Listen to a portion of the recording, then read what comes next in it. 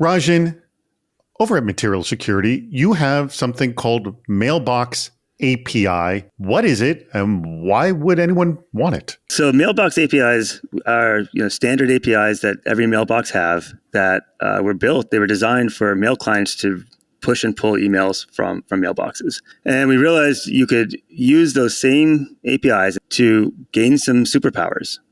Specifically, you can start to wrap your arms around the data that are in your organization's mailboxes. And this has been hard. This is really, for a long time, not been possible. We realized we could leverage these mailbox APIs, start to do things like scan data, right? And like you know this, like email is still the number one collaboration tool in the world. Email wasn't formed with any security really in mind, and yet it sticks around forever. Everyone uses it. People would love to get off of it, but it's impossible to get everyone off of it. So it's still number one.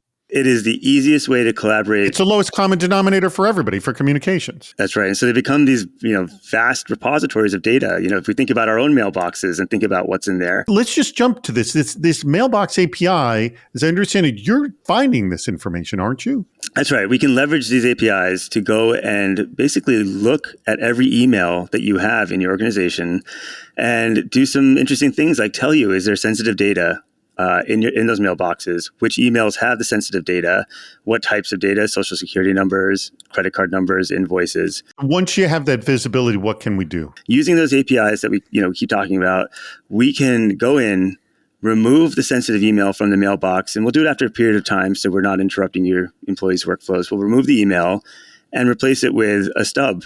And to get that email back, employees have to MFA. So it still lives on, but you're adding this sort of extra level of security to get access to it, which the individual can get to because it's their own proprietary, identification. If an attacker lands in a mailbox, they won't be able to get access to the sensitive data if they haven't already compromised your IDP, your identity provider. They'll get blocked. And on top of that, your security teams, your incident response teams can start to get signal that something bad is happening because they'll start to see a bunch of failed attempts to access these sensitive emails. So the interruption isn't that big of a deal because, what I need to retrieve from long ago, it's not something I'm doing every day all the time. That's correct. And to put context here, long ago for a lot of organizations is like 1 to 3 months.